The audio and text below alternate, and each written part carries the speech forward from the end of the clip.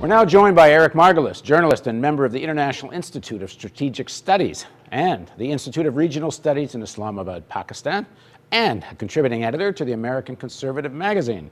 Eric's a very busy man. His latest book, American Raj, Liberation or Domination, reflects on what he describes as the conflict between the West and the Muslim world. Thanks for joining us, Eric. In the midst of the Israeli attack on Gaza, we see Hamas depicted as what's called a terrorist organization. It's recognized so by the United States, by Western Europe, I believe Canada. What do you make? Who and what is Hamas? Well, you get a very distorted view of Hamas from the Western media. In fact, you never see Hamas without the word terrorist attached to it. But in fact, Hamas is a national liberation movement. It was founded in 1987 by a religious figure, Sheikh Yassin. It was an offshoot of Egypt's Muslim Brotherhood, one of the oldest religious movements in the Muslim world. And it was founded in opposition to the Palestine Liberation Organization, which had become very corrupt and ineffective. And Hamas was a harder line organization, ironically, originally quietly supported by Israel, who saw it as a way of dividing the Palestinians, but it soon became a monster as far as the Israelis were concerned, because it became extremely effective as a social and political organization, and it became extremely hardline in its what it calls its resistance to Israel. Now, one of the reasons the word terrorist is often or almost always associated with Hamas is because certainly they have used terrorist tactics. Hamas has taken credit for blowing up civilians in Israel, which is a terrorist tactic. So doesn't it deserve some of that label? Well, I shudder at the use of the term terrorism, because it's a propaganda rather than descriptive term. Yes, Hamas has sent suicide bombers, they say, in retaliation to Israeli assassination of Hamas figures, or to attacks on Gaza, where the Israelis use aircraft with bombs or tank shells, and Hamas says, well, if we had tanks and aircraft supplied by the Americans like Israel has, we'd use them too instead of suicide bombers. Or particularly, but there's one thing about sending suicide bombers against Israeli military or government institutions, and another one against cafes. So. That's quite right. And Hamas, as I've written many times, has been morally wrong, or as Talleyrand said, worse than a crime, it's a mistake. But these, what it's done, these have been revenge attacks against the deaths also of Palestinian civilians.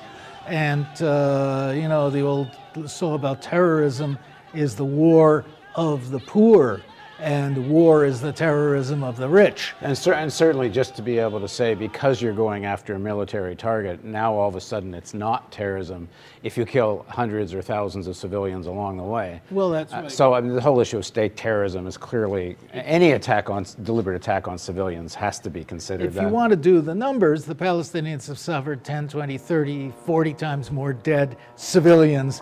So speak more about then. Tell us, what is Hamas, and also get into this issue of Hamas and the Arab world. Hamas has a number of different levels to it. First of all, it's a social movement. It's a religious movement that preaches resistance to Western and Israeli domination. But secondly, it preaches good government. It's violently against corruption, which is endemic in the Arab world. It's against Western banking practices, usury. It provides social services. The most important factor of Hamas is it provides social service, schools, old folks' homes, sewage, street cleaning, etc., that these governments throughout all of the Arab world don't provide. It takes care of its citizens. That's why Hezbollah in Lebanon is also so popular, because they actually work for the people, and they do a great deal of good for the people. And needless to say, they're tremendously respected and supported. But they have another side, which is an armed resistance wing, and they claim that they are adamantly defending the rights of 5 to 7 million displaced, homeless Palestinian refugees. And yes, it refuses to recognize Israel, though it has hinted at negotiations in the past. And it says it won't recognize Israel until Israel recognizes the rights of 5 to 7 million Palestinians. Well, the phrase we hear often, certainly in American media is, and Israeli media, Hamas would like to kill every Jew in Israel. I've heard this in the last couple of weeks quite often. Certainly, Israeli leadership sees Hamas as an existential threat, at least they call it that. Is there a basis for that? I don't think so. This is certainly, we've had this kind of hysteria going on, particularly to the Jewish community in North America, where Hamas is a threat to the existence of Israel. This is nonsense. Hamas has at most 3,000 poorly trained gunmen who have with light weapons surrounded. They're being shot like fish in a barrel in Gaza. To call this a threat to the Jewish state is nonsense. But they can cause Israel a few casualties by firing these homemade rockets. They can do occasional suicide bombing. But by and large, they are no existential threat to Israel. The willingness or unwillingness of Hamas to recognize Israel. I mean, why don't they just recognize the state of Israel and negotiate? Certainly the PA has, and many of the other Arab countries have. What's the obstacle there? Because Hamas seems to have told Jimmy Carter that they more or less do recognize Israel and more or less are willing to negotiate. They have. So why not go the whole 9 yards? The founder of Hamas, Sheikh Yassin, who was subsequently assassinated by Israel, hinted very broadly that, even made statements that he was willing to reach a settlement with Israel. But Hamas is very adamant. They will not recognize Israel until Israel recognizes the rights of the Palestinians. And Israel says, no, it's tough luck for the Palestinian refugees. That's not our problem. So you have an impasse there. Israel has been assassinating as many Hamas leaders as it could find, and has been regularly attacking Hamas during this period. There were 2,000 casualties killed in Gaza just in the last couple of years.